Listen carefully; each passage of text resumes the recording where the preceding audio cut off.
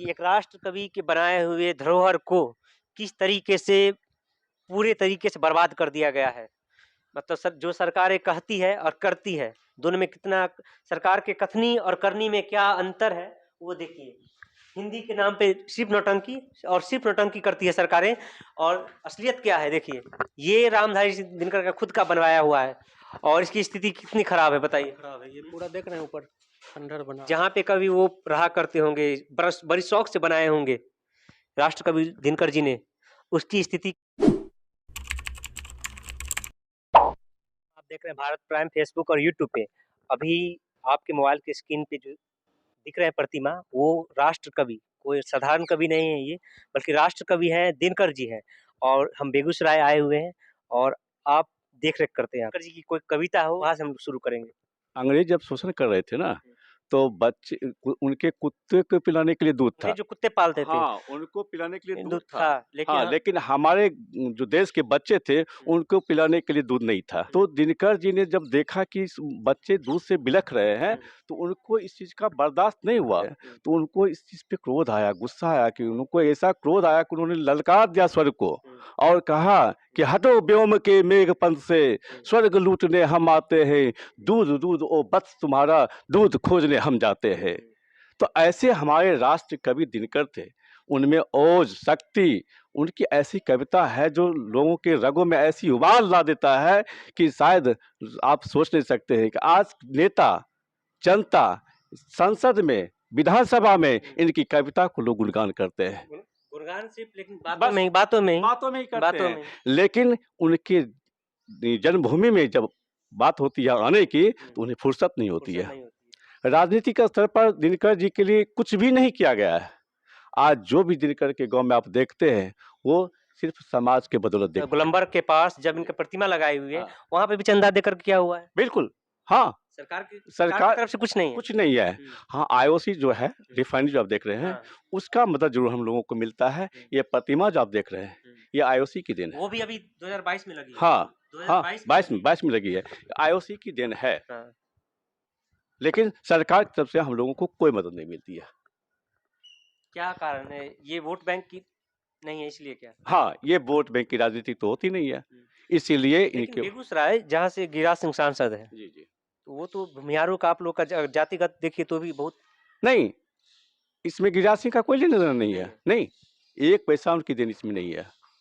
गिरिराज सिंह से इनका कोई लेना देना। हाँ, राकेश बाबू जो है सांसद, राकेश सिन्हा, उनकी देन है। वो कुछ करते हैं, उनके दिल में, दिमाग में ये है कि हम कुछ करें गांव के लिए। राकेश सिन्हा जी हैं। आज के जो कवि हैं, कवि लोगों को चापलूसी करने, सरकार के चापलूसी करते हैं, लेकिन उस समय आजादी से पहले ये अंग्रेजों से सवाल करते थे, और जब देश आजाद हो गई तो सरकार से सवाल किए। कहा जाता है कि नेहरू जी के बहुत करीबी थे ये, लेकिन जब जरूरत पड़ी, जब चीन से युद्ध हार गया भारत, तब इन्होंने नेहरू जी को भी नहीं छोड़ा।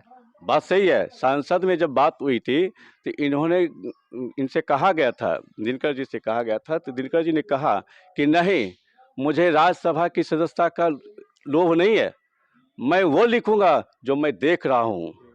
रेशमी नगर में रहने वाले जो हैं, वो क्या देखेंगे गांव देहात के लोगों को?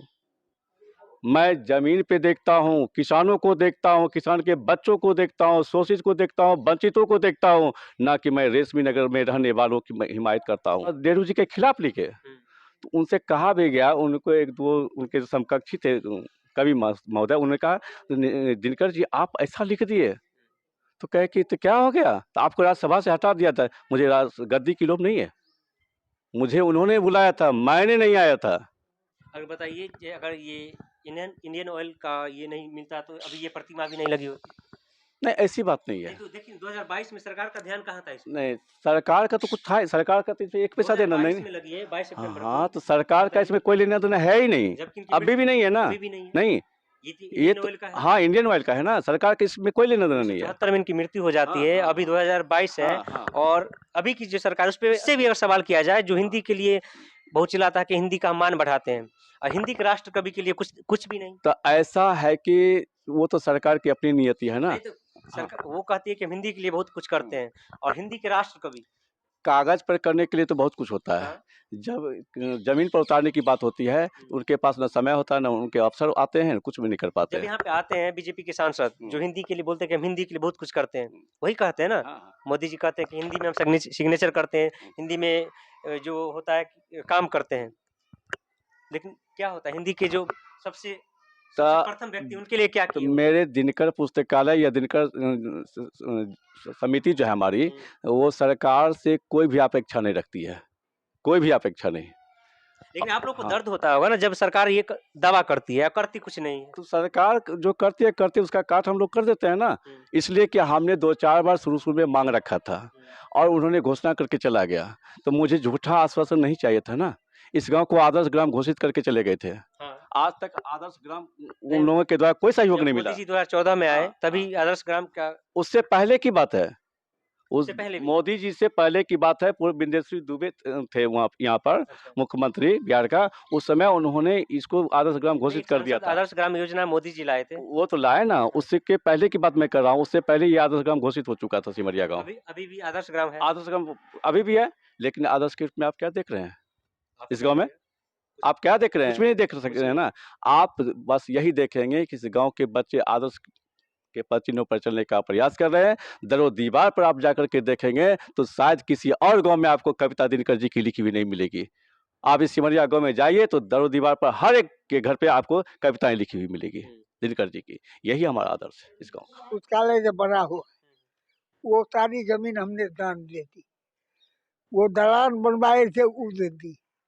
ये स्मारक बना है ये भी दे दिया। अब बताइए। एक एक अच्छी से कलेक्टर से वो कह दिए थे कि ऐसा न कीजिए कि दिनकर जी के परिवार यहाँ खड़े होने के लिए जगह नहीं रहे। वही हो गया, अपनी जमीन दे दे करके मतलब खत्म, जमीन खत्म। जो नजदीक की जमीन थी न सब दे दिया हमने।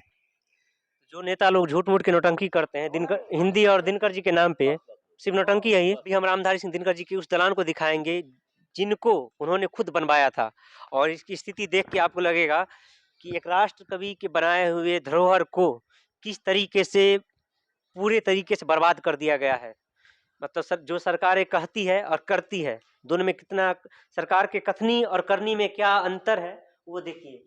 हिंदी के नाम पे सिर्फ नौटंकी और सिर्फ नौटंकी करती है सरकारें, और असलियत क्या है देखिए।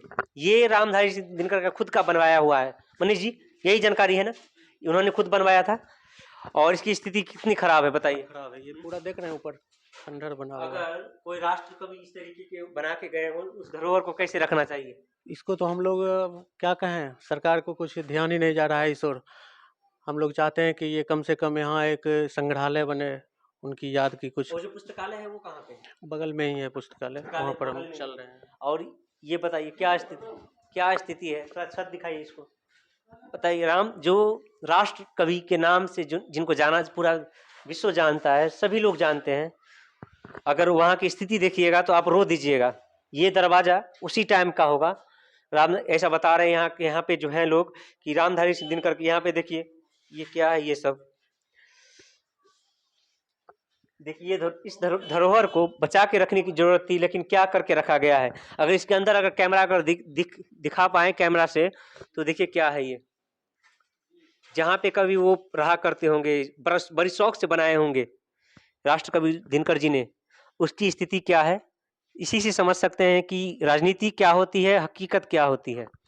तो ये है रामधारी सिंह दिनकर जी का खुद से बनवाया हुआ दलान, यहीं पे बैठ के पढ़ते थे जी। हाँ? और लिखते भी थे अपनी कविताएं यहीं ऐसा पे कुछ है नहीं यहाँ पे कि कब बना है नहीं बना है, नहीं, लेकिन ये तो हम लोग बताइए इसको फिर से एक तरीके से बना के बनना चाहिए, बचाया जा सकता था। बचाया जा सकता है।